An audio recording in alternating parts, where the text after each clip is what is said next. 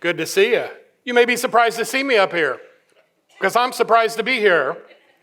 I was not scheduled to speak today, but Pastor Ben has the COVID. All right, so I'm Dan. I'm one of the teaching pastors here. You pray for Ben, and as he recovers from that, he's feeling much better. He really tried to be here today, but just wasn't quite ready, and I'm sure none of us really wanted to get exposed to it again. Anyway, but I do pray for him as he recovers from another bout of COVID, and pray for our team. This is an odd time of the year because, we are just slammed because it's the holidays and so forth. But for instance, right now we've got 40 members of our team who are somewhere over the Atlantic flying back from a 10-day long trip to Germany. So Pastor Jason, many of our technical people, our choir, they're on their way. They'll land about 2:30 this afternoon, but you want to pray for them. Many of you know about Mike Kozlinski, who is our residential counselor, and pray for him. He was diagnosed with cancer 10 days ago.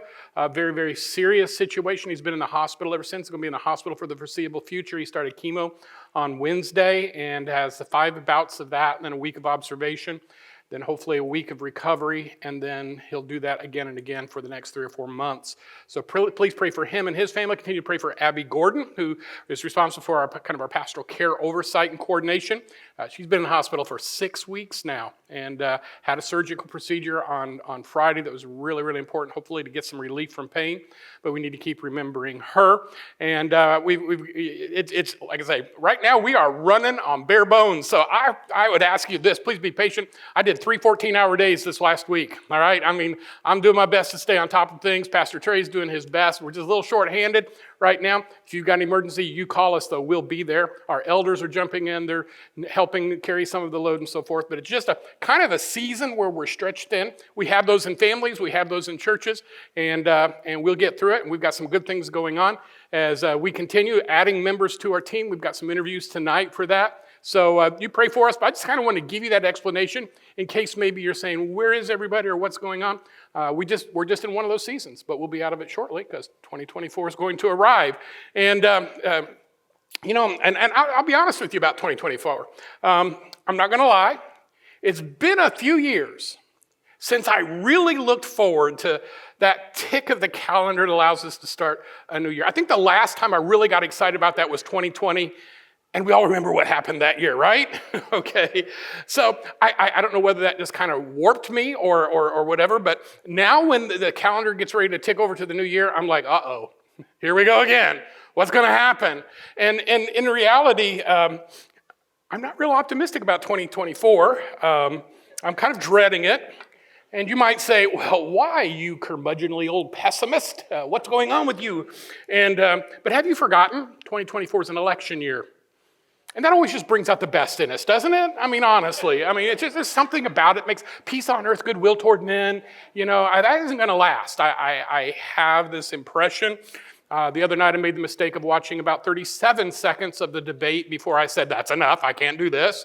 The reality is that brings out a lot in us of conflict on a national level. It spreads on the social media, Thanksgiving tables and so forth. We just kind of have to watch out. But, for the first 25 years of my adulthood, I was enthralled with politics. I considered myself quite the activist at one point. I supported campaigns as a volunteer. Before I could even vote, when I was 16 years old, I was out putting Reagan posters up in my town of Moberly, Missouri, because I wanted to make a difference. It was kind of odd, but I wrote articles. I became a precinct captain. I hosted rallies. I was the subject of a multi-part series in the Palm Beach Post back in the 1990s for my role as an activist pastor.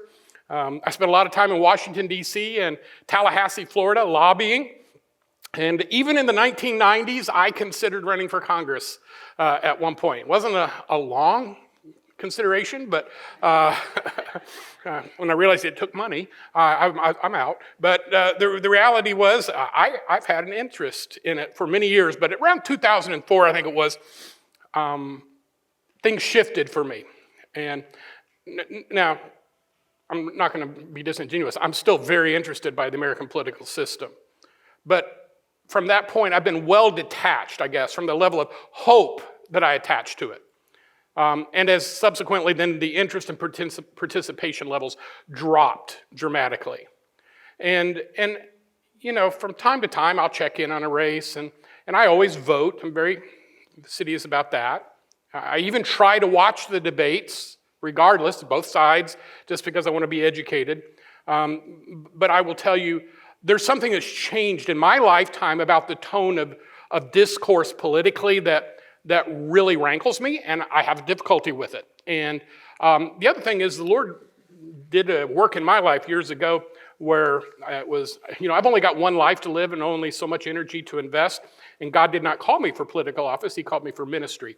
And so I consciously shifted at that point. But, as I watched the process of politics, and this is not a political sermon, so relax, I'm always fascinated by the sheer ambition, the utter confidence, and let's be honest, even the arrogance that comes for many with their desire to be president or some high elected official. The surety of their own wisdom and skills and persuasiveness and intellect and winsomeness is just stunning to me. They truly believe that the greatest seat of influence is at the top of the pyramid of power, fame, control, and status. I think they really believe that. Jesus completely flipped that paradigm while he was on this planet. People expected him to be the king, the unquestioned Messiah of the earth. They forgot his role in heaven and focused on the power that God has loaned to his creation. If there's a message that he modeled in his life and in his ministry, it was this: if you want to really lead in God's kingdom, you must be willing to serve in God's kingdom. That was his message. That was his model. That we must serve if we really want to lead. We lead by serving. Whether it was washing the feet of his disciples, talking to those who were broken and social outcasts, eating with those that most others consider to be wicked and beneath them, healing the overlooked, weeping over the lost, noticing the forgotten, or simply being born into a stable, hung on a cross like a common criminal, being buried in a borrowed tomb. His example was consistent in that he was showing the way up is down, the way to lead is to serve, the way to exaltation is via humility. So today we're continuing this series on bless. You see the big letters here on the platform, and I hope you're remembering them as we go through each week. We began with B, which was begin with prayer. And I hope that you are beginning with prayer. I hope, by the way, that you have already kind of gone through the book of 21 days of prayer that we've given to you, and we've got some more that we'll be distributing here shortly. We had to reorder because the first load went out so quickly. But beginning on January 1st, we're going to have a focus on prayer. Who is it that is close to you but far from God that he would have you during 2024 point to the kingdom of heaven, point to Christ, point to salvation and repentance, point to things that are eternal? And we begin with prayer, and that's what we have on this series. And then the letter L stands for listen. So many times we're so busy talking, we forget to shut up and listen. First to God, but also to those who are crossing our path. We're so it's always interesting. I go back into politics again, but it's always interesting to me that, they talk about, well, this politician, that politician is taking a listening tour. I always see that, but I never see them listen. They say they're listening, but mostly they're talking. And I realize I'm that way too. You know why? Because we all like to talk about ourselves. We think we're fascinating. We think we're interesting. We think we're brilliant. But when it comes right down to it, we just need to be quiet. We just need to hush up. Just need to, my mother would scold me for saying this, shut up and listen. And listen.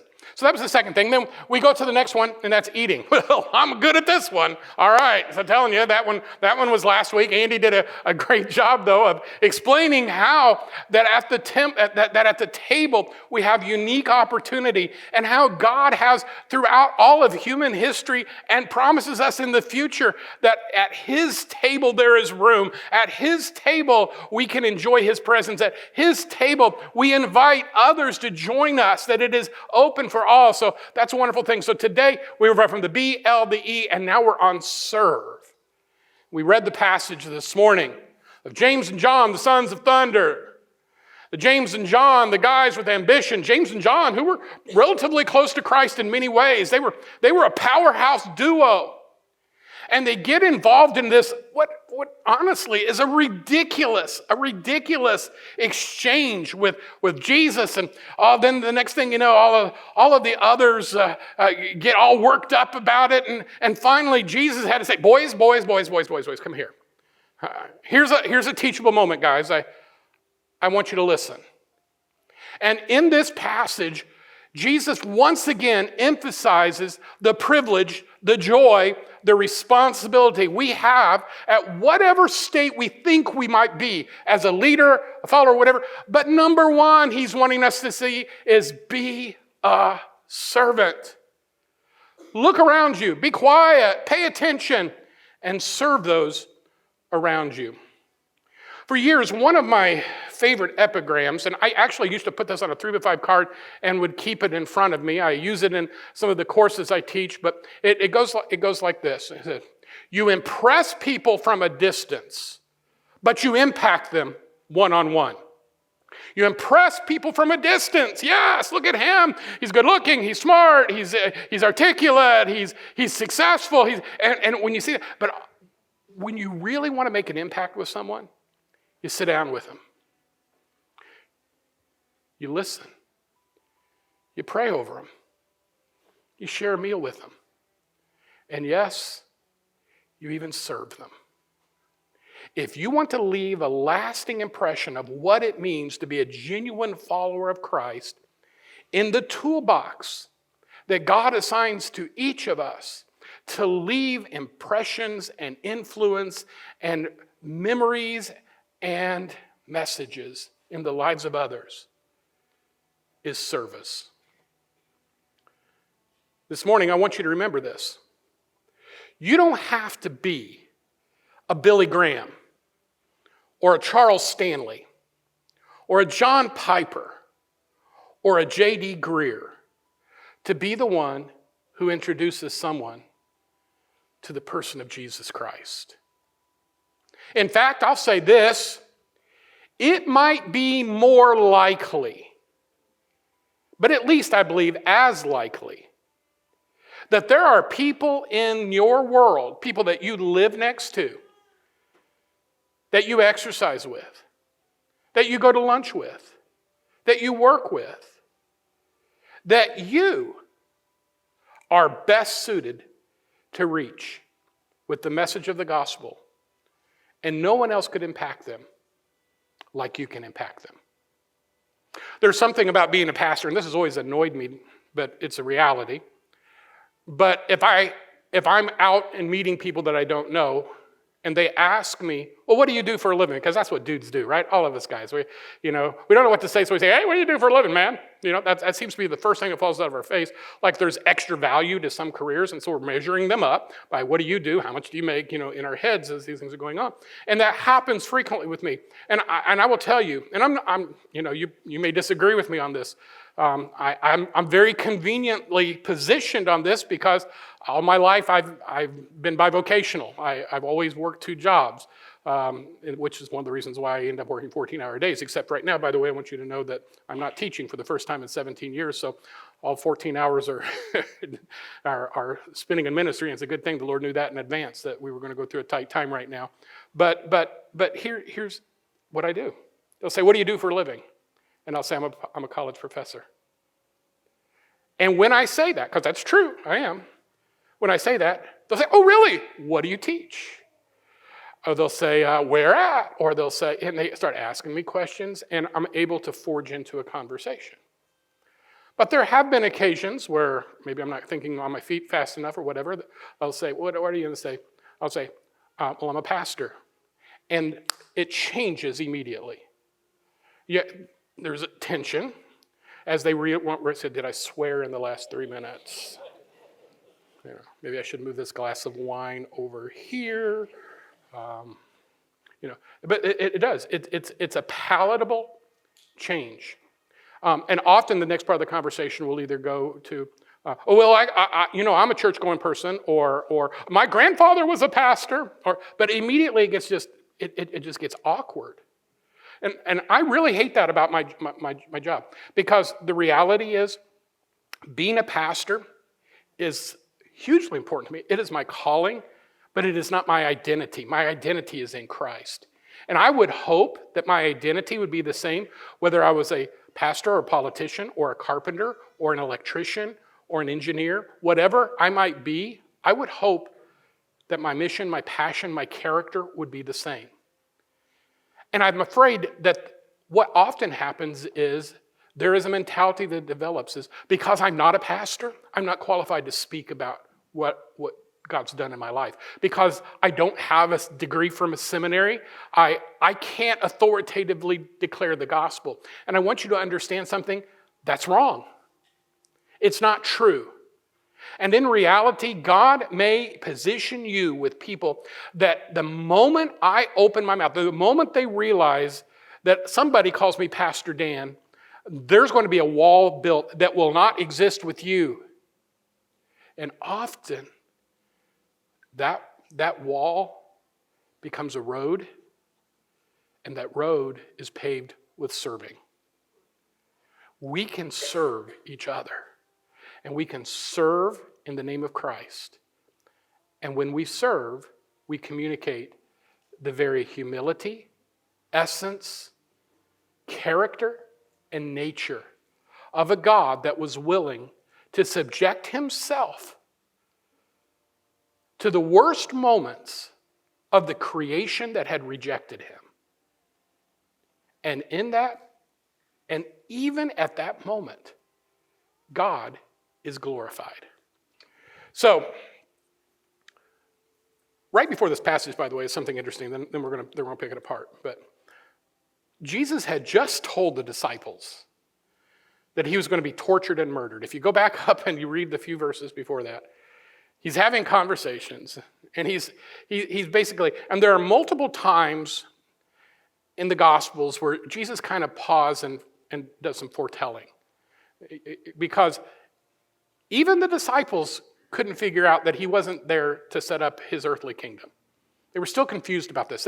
They kept expecting him to pull out a robe and a crown real quick, because this is what this was about. He was king of the Jews, right?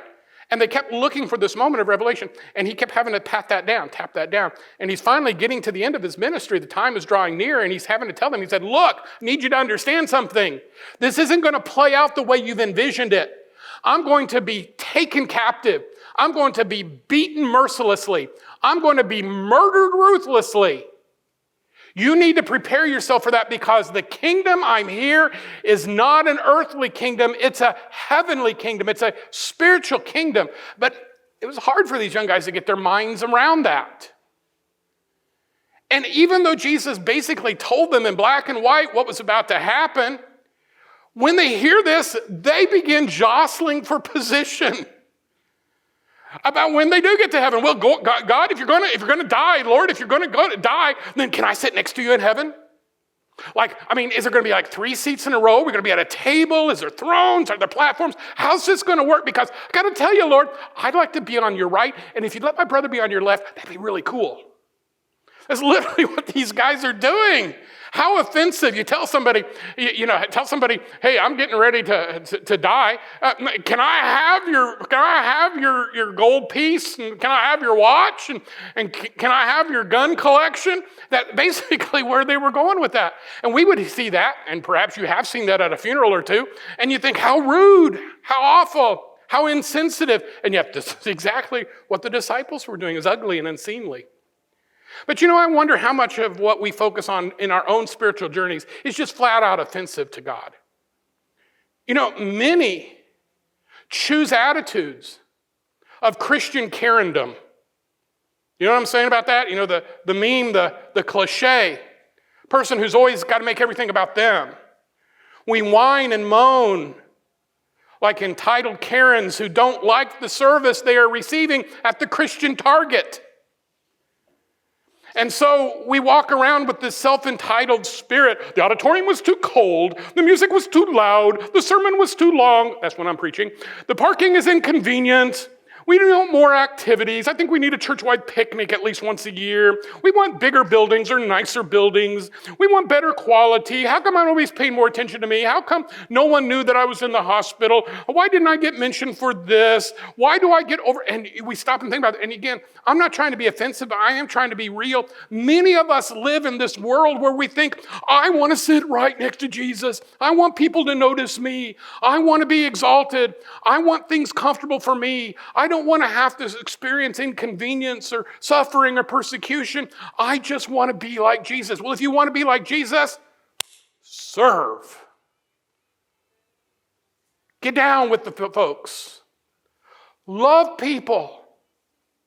Spend time with people. Listen to people. Eat with people. Exercise with people. Pray for people. Listen to people. Because that's what Jesus did. James and John, possibly under the urging of their mother, Salome, who was an interesting lady, wanted position and power, status, and privilege. These noisy sons of thunder had missed what was being lived out right under their own noses for the last 3 years.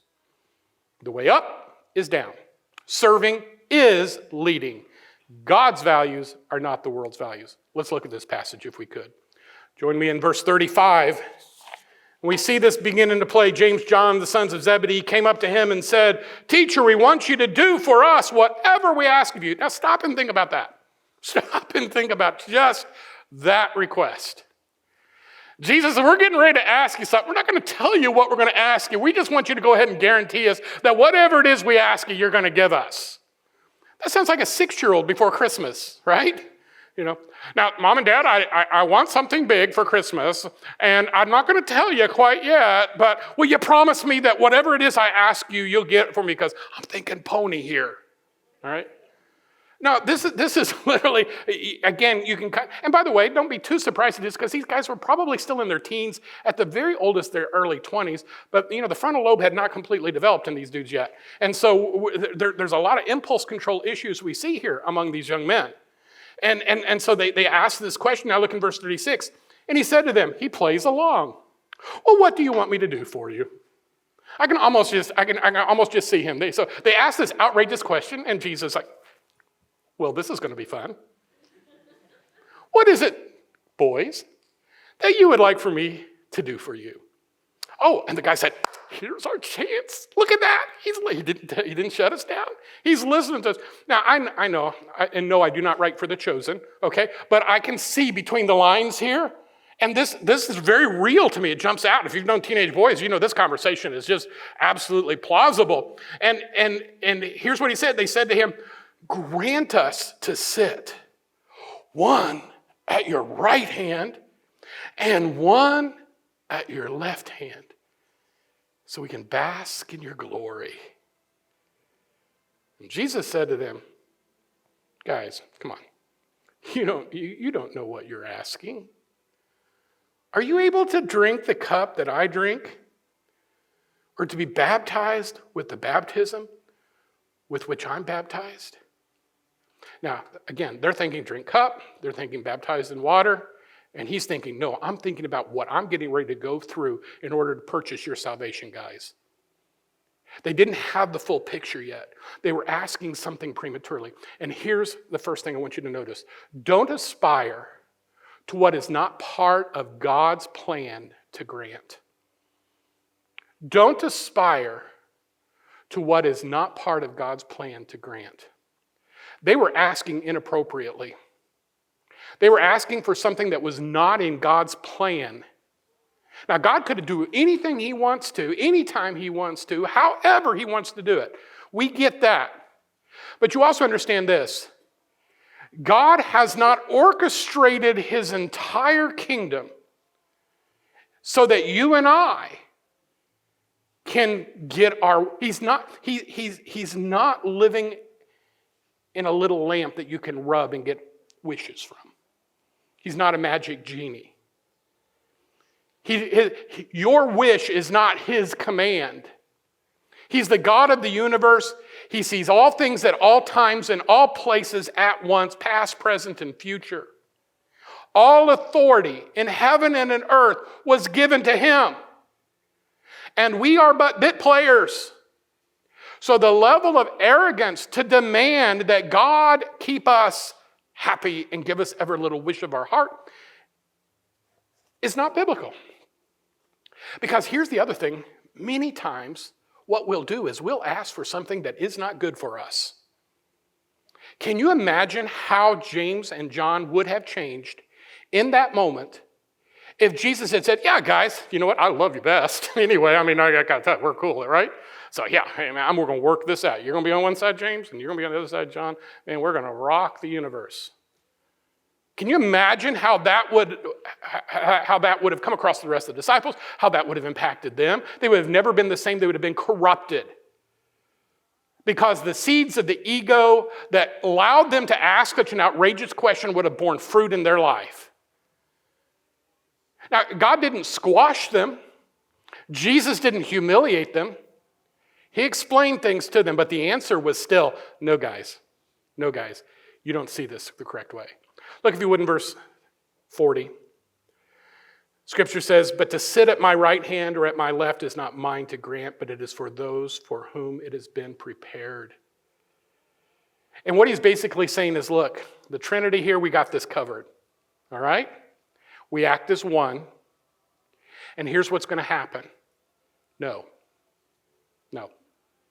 This isn't for you. This was never planned for you. And it's a little outrageous that you ask, quite frankly. Right? So here's the second thing. Don't worry about the seat to which you've been assigned. Don't worry about the seat to which you are assigned.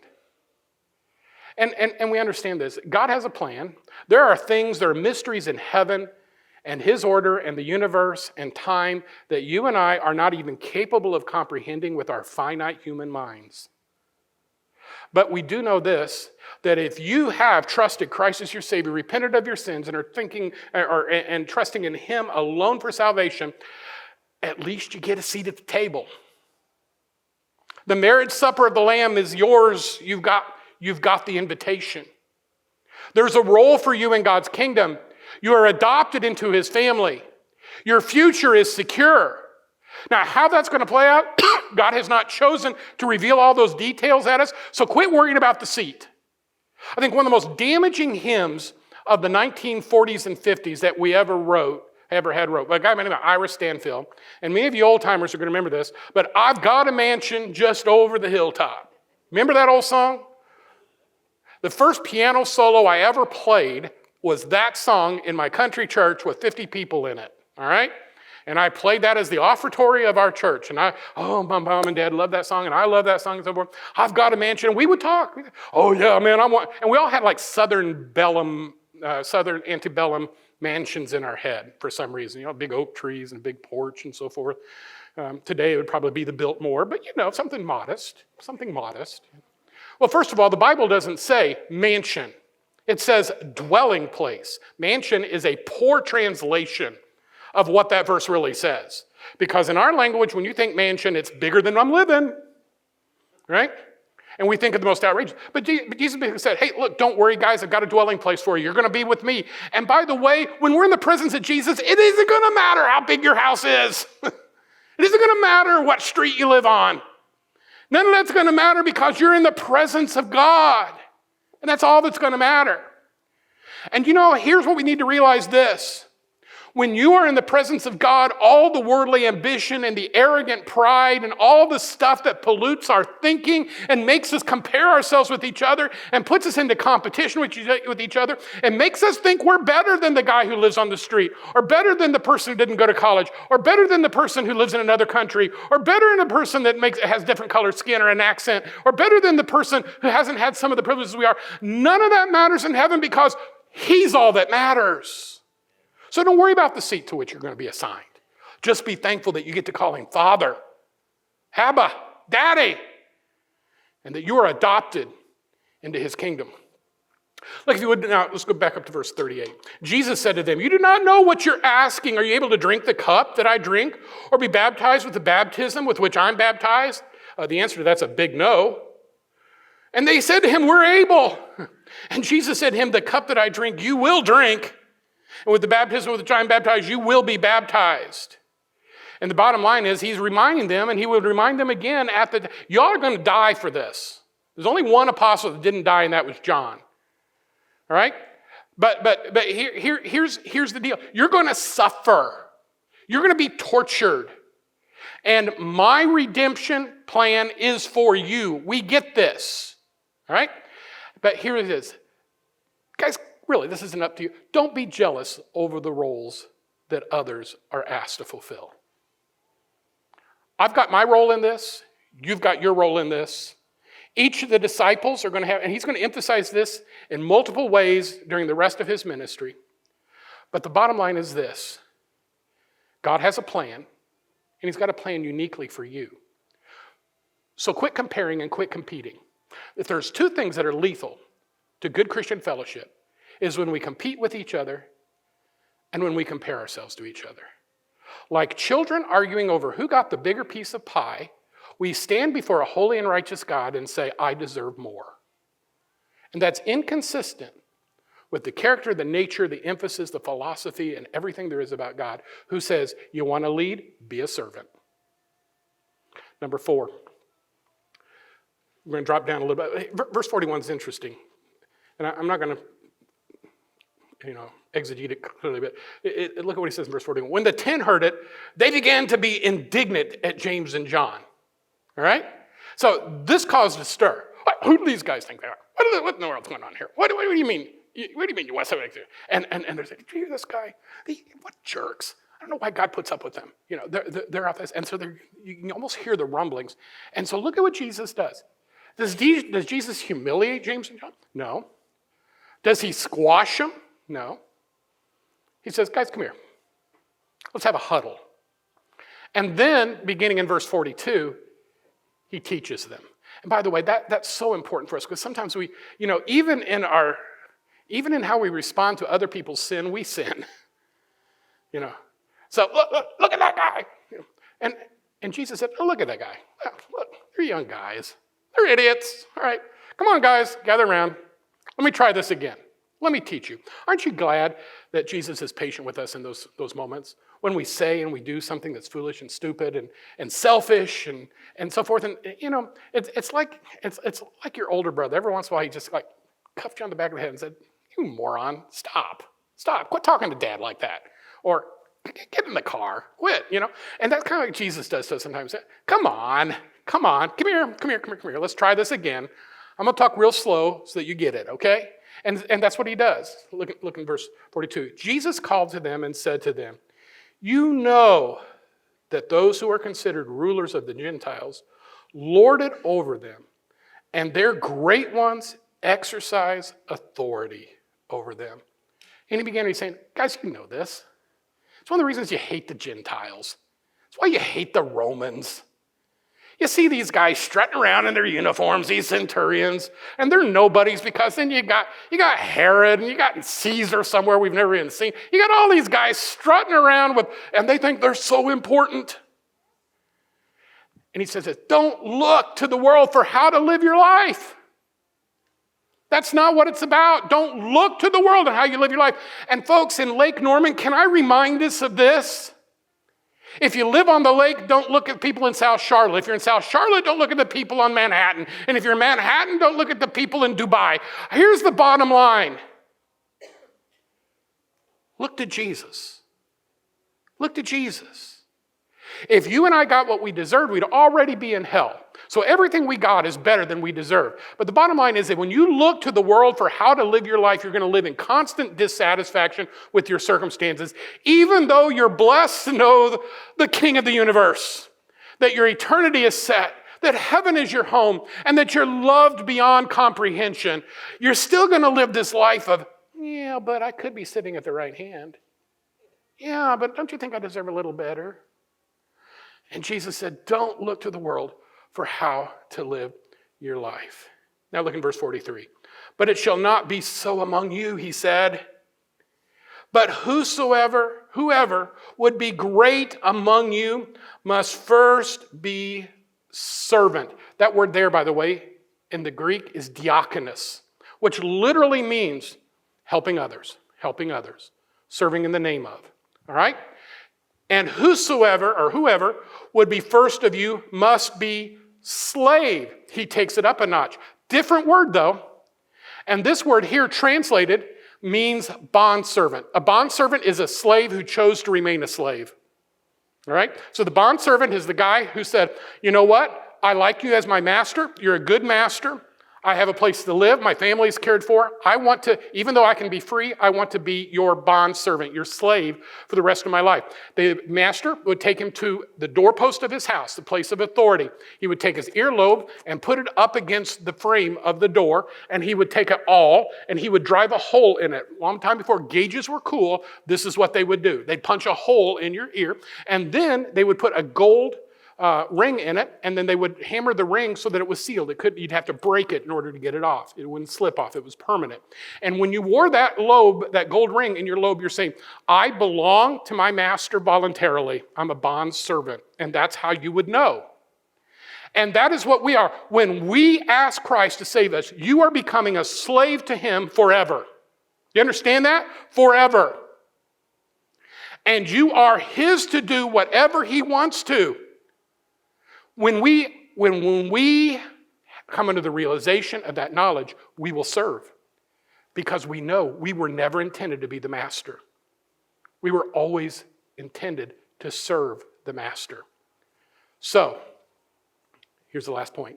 Don't hesitate to sacrifice for others. He said, whoever among you should be first among you will be a slave of all. For even the Son of Man came not to be served, but to serve, and to give his life as a ransom for many. He said, watch me. Watch what happens the next few days. I could call 10,000 angels down and finish this, but I'm not. I'm going to let them beat me, and I'm going to let them strip me naked. I'm going to let them pound a crown of thorns on my head. I'm going to let them beat me to within an inch of my life, and then they're going to nail me to a cross. Then they're going to drop me in the ground like a common criminal and let me hang suspended while the blood drains from my body. And then I'm going to give up my fleshly life. And then 3 days later, I'm going to rebuild this temple right here. I'm going to rebuild it. And you're going to see me. And you're going to know who I really am. But in order to do that, he had to humiliate himself. And folks, when you humiliate yourself, when you get down on your knees, when you open up your wallet, when you go mow somebody's grass, when you make a meal for someone, when you listen respectfully, when you give a hug, when you do a food drive, when you comfort someone who's weeping, when you take someone on an errand, when you give up something you have because someone else needs it more than you do, you're being like Jesus. You're living the gospel. You're modeling the character that runs completely diametrically different than everything in the world and its system says you should be doing. You and I will not stand on a platform and try to convince people how great we are and that they should vote for us. But you and I can make an impact that lasts 1,000,000 years longer and then some by simply picking up a towel and washing feet. By doing what Jesus did on the last night of his life with his disciples on this planet.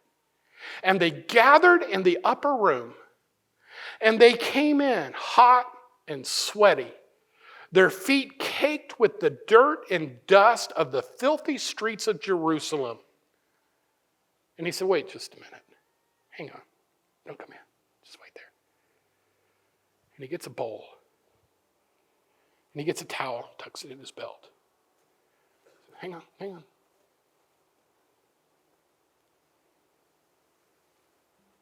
Now put your foot in this bowl. And he washes their nasty, gnarly, hairy, calloused, disgusting feet. And he takes the towel and gently, lovingly pats them dry and says, okay, next. Peter, being the big mouth guy that he was, Lord, you're not doing that to me. No, sir, ain't happening. I'm telling you this. And Jesus said, well, let me just say this to you. If you won't let me do this to you, then you're really not one of mine. You're really not one of mine, because what I do is I serve people. And if you won't let me serve you, then I'm done. And because Peter, again, frontal lobe still working, apparently still working on getting developed, wasn't he? He's like, well, then just wash me all over, man. Just come on, let's go, let's do this. Because I want it very, very clear that you and I belong together. But in that moment, that quiet hour of reflection, one of the heaviest moments of Jesus' life, what did he do? He stopped, dropped, and grabbed a towel. That's service. And that's what God has called us to do. Don't hesitate to sacrifice and serve others. Think on these things. Arrogance puts the focus on us. Humility puts the focus on others. Arrogance puts the focus on me. I need to be more comfortable. I need to be more noticed. I need to be more influential. I need to have more resources. No. Arrogance puts the focus on us. Humility asks, how can I help you? How can I serve you? What can I do for you? This isn't a sermon, but I'm going to do this and I'll be done in 4 minutes. Okay. We fight a perception in Christianity today that's very real, and it weighs on me, and it frustrates me.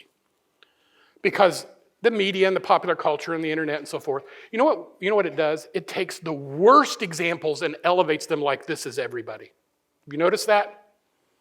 It takes the worst, the most egregious, the most out there, the most extreme, and puts it out there where everybody can see it. Years before, you hid shame. Now you broadcast it. Right? And it's impacted the reputation of Christianity heavily. Heavily.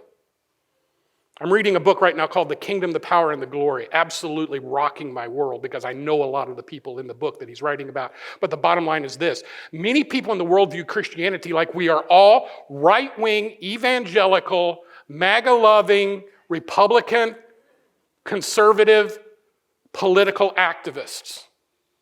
Now, let's be honest, a lot of us are. But that's not how I want you to view me. You know how I want you to view me? Somebody who will stop, drop, and grab a towel. And I don't care. I don't care where you come from. I don't care where you're at right now. I do want you to see Jesus in me. But that's what we fight, which is why several years ago I said, no more political labels for me. I withdrew from the political party that I was a part of because I don't want to be identified with that. You say, well, that means you don't care. Oh, I absolutely care, and I vote every election, but I care more about what people see in me than whether or not I'm politically aligned with them yet. But that's not just it. I'm the chairman of the board of an organization called Ministry Watch. Ministry Watch is a national organization that looks at ministries, tax-exempt ministries, and says how they're spending their money. Then they rank them so that philanthropists can know whether or not they're good. You can look them up on the internet. They're all over the place. And I'm the chairman of the board. Recently, we released a thing that showed the houses of the top 10 pastors around the country, around the world. And it would make you want to vomit. They were all prosperity gospel preachers, by the way. I'm going to say that right now. Prosperity gospel is one of the most hideous things that has ever infected Christianity in the history of the world. Right? It's horrible. It infects poor countries the worst. But when you see people living in 60, 70, $80 million homes, we have an elder here that likes to say this. Remember this, every time that you get a buck over something like that, that costs the blood, paid for by the blood of the Son of God. So we need to treat our money pretty carefully if you're in ministry. But you know what? People then expect, oh, well, see, that's it. That's those money-grubbing preachers. That's the way they are, those Christians. You know, stupid people giving money to the pastor. Pastor goes out and buys a house. Nice house. No. 99% of the pastors I know live in houses that are very modest. You ought to see Pastor Ben's house. Pastor Ben lives in a house smaller than the one I grew up in. He chooses. He could live in a nicer house. He chooses to. He wants to live the modest life. I don't like to live quite as modestly as he does. I'll confess that.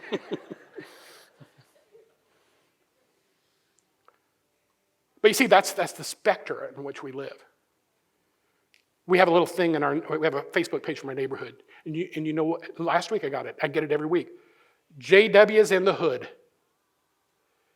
You know what that means? Jehovah's Witnesses are knocking door to door to door. And everybody knows not to go to the door. They literally send out an expression, JW's, because they come every week. But you know, a lot of people don't know the difference between JW and a Baptist and Episcopalian and an evangelical and a denominational. They just think we're all nuts because of what they do.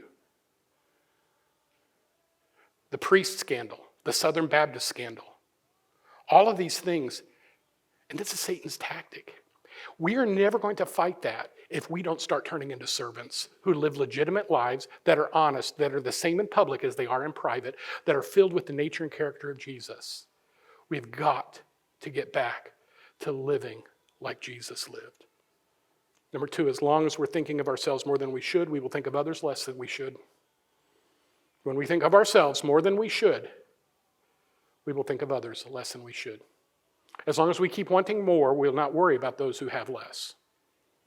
Number three, your greatness is not reflective of how you lead, but of how you serve. Your greatness is not reflective of how you lead, but of how you serve. So what do we do with this? Well, first of all, watch for opportunities to serve. God's going to bring somebody across your path this week that you're going to be able to make a difference in. I'm not talking about buying them 12 presents to put underneath their Christmas tree. I'm talking about doing the same thing in March that you might do in December. Watch for opportunities to serve. Number two, stop, drop, and grab a towel intentionally. If you think it's beneath you, it isn't. You know what I love? I see Mark Porter back there. I love this man. We worked together. He used to be a superintendent of the schools in the Florida Keys and extreme South Florida or whatever. 2 or 3 weeks ago, somebody comes to me and goes, something's overflowing in one of the bathrooms. Something's overflowing in one of the bathrooms. And so I'm in the middle of something. I see Mark. I say, Mark. He said, on it. I go in a couple of minutes later. He's in the men's bathroom with a mop. Mopping up mess. Making sure that when somebody comes in, they're not going to slip and fall and that it's going to look right. See, stop, drop, and grab a towel. If a job needs to be done, doesn't matter your status, doesn't matter who you are. Pick up a mop. Pick up a towel. Pull out your wallet.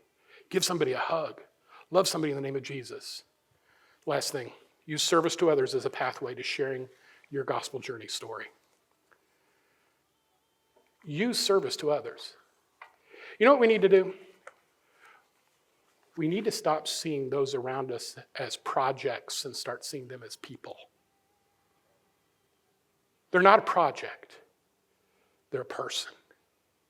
And if you can serve them, God will open the door. They'll ask the question. And you need to answer the question. You need to be honest. Because I got to tell you, I ain't doing this if it wasn't for the nature of God in my life. I'm too arrogant. I'm too proud. But every time God puts that in my path and I do it, I'm reminded of what Christ did for me. And what I did was nothing compared to what he did. If you want to be a leader, be a servant. Because serving is leading. Let's bow our heads and close our eyes. Father, thank you so much for the example that you set for us. Father, in humility, remind us over and over again how great it is to serve to just serve. And yeah, Father, you'll raise people up for temporary positions of leadership on this planet, and we get that. We need it. We need it in our homes. We need it in our churches. We need it in our government. We need that. We know it. But Father, the only one that really matters is the King of the universe, and that's you. And so, Father, let us play our roles with patience. Let us do what you called us to do.